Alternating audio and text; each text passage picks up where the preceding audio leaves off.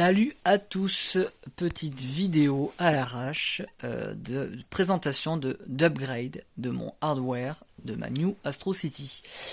Qu'est-ce qui s'est passé? Eh bien en fait j'ai mis un Pitujama avec un Pi3 B+, parce que moi je voulais à tout prix pouvoir jouer à certains jeux vraiment bien précis sur ma borne que je n'avais pas sur le slot 1vs avec ma superbe cartouche 161 in one.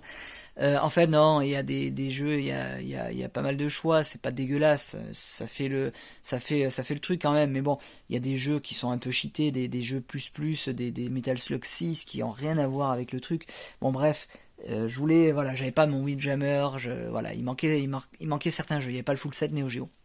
Encore une fois, c'est bien, mais on peut faire mieux. Et dans le mieux, je pense, en tout cas, c'est le Pitujama à moindre coût. Pourquoi? Parce que il y a une image qui est dédiée, parce qu'il faut faire attention à la résolution de l'écran. Hein. On est sur un Toshiba d'origine et l'écran en fait c'est du 15 kHz ou du 24 kHz, c'est de la basse fréquence. Donc il faut balancer, en gros, je crois que c'est de mémoire du 240p. Donc faut pas faire n'importe quoi pour pas griller la platine. Donc j'ai vu qu'il y avait une CRT Evo, une image qui était sortie il y a quelques temps. C'était pas mal, on va dire, optimisé.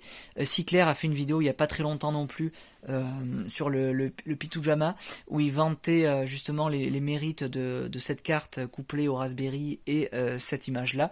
Et franchement, c'est top. Hein. Je me suis empressé de télécharger son image. Il en a sorti une de 32 Go et qui est vraiment top, honnêtement. Il n'y a pas grand chose de plus à faire si ce n'est rajouter à la volée si vous le désirez quelques jeux.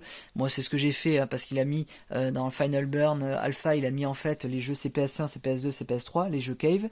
Les jeux de shoot donc c'est déjà pas mal. Après moi j'ai rajouté pour déconner de la Game Boy, la Nintendo 64, mais je vais le dégager parce que Game Boy ça a aucune, enfin je vois pas l'intérêt, c'est juste pour déconner que j'ai mis ça pour tester on va dire un bon vieux Tortue Ninja là-dessus sur la Game Boy, sur l'écran de la New Astro City ou un Super Mario Land, mais non ça va, c'est pas jouable au stick arcade donc ça va dégager.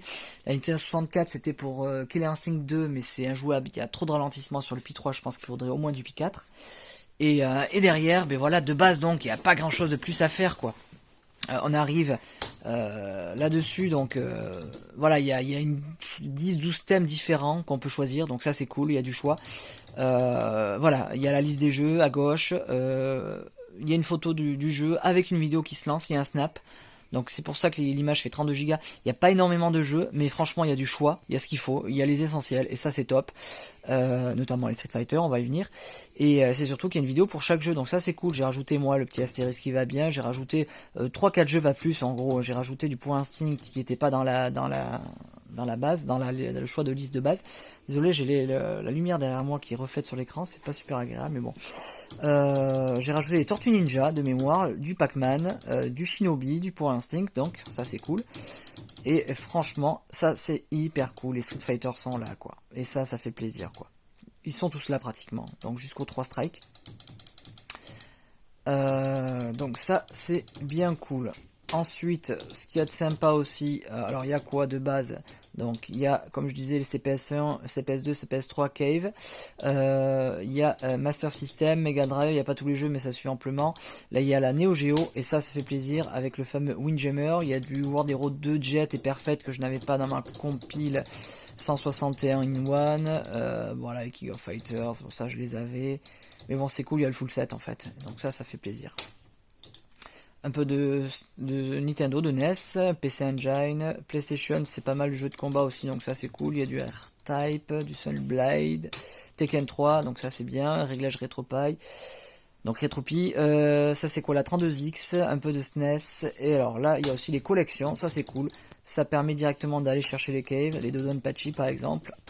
Donc même si l'écran n'est pas entêté, ça permet de pouvoir jouer au Dodonpachi, entre autres. Les Fatal Fury, les KOF, bien sympa aussi de les avoir mis comme ça. Les Metal Slug,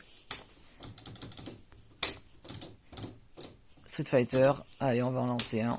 C'est pour ça que je voulais ma borne en fait, c'était pour pouvoir jouer sur du Street Fighter, jouer à Street Fighter. Du coup, c'est chose faite qu'on va lancer le Street Fighter 2 que j'ai eu à l'époque sur ma Super Nintendo dans le pack Street Fighter 2. Et c'est cool quoi, en plus elle est câblée en 2x6 boutons. tout a été paramétré hyper facile. C'est génial. Et puis c'est surtout qu'il n'y a rien de définitif, c'est-à-dire que j'ai laissé mon slot MVS juste à côté, sur la planche en dessous, sur la planche juste à côté du Pitujama. Donc j'ai juste à débrancher le Penjama, le mettre sur le slot MVS et je repasse, on va dire, en mode d'origine. Donc ça c'est cool quoi. Et puis voilà, l'écran est hyper bien. Enfin, j'ai pas fait de réglage quoi, on est nickel quoi. Ça déborde pas sur les bords. Niveau convergence, on est pas mal. Les couleurs sont top. Franchement, j'ai rien à dire. Je pensais pas pouvoir mettre un pi et me dire que ça ferait, on va dire, le café. Et en fait, bah si, je suis quand même hyper surpris. On va mettre des crédits. Regardez la définition.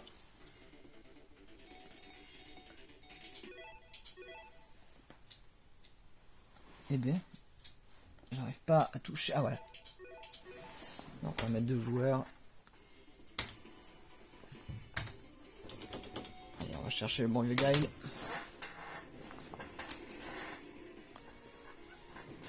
C'est cool. Je suis trop content. Voilà, tous les boutons fonctionnent.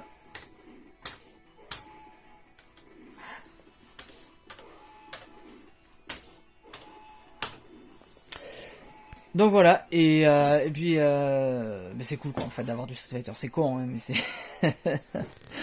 Je suis en kiffance totale. Donc voilà, c'était un petit retour sur les modifications que j'avais effectuées. Encore une fois, c'est pas des grosses modifications. Mais bon, quand on regarde le prix des PCB, honnêtement, c'est n'importe quoi. Regardez le prix d'un Dodonpachi, regardez le prix même des Street Fighter qui commencent à taper un petit peu maintenant.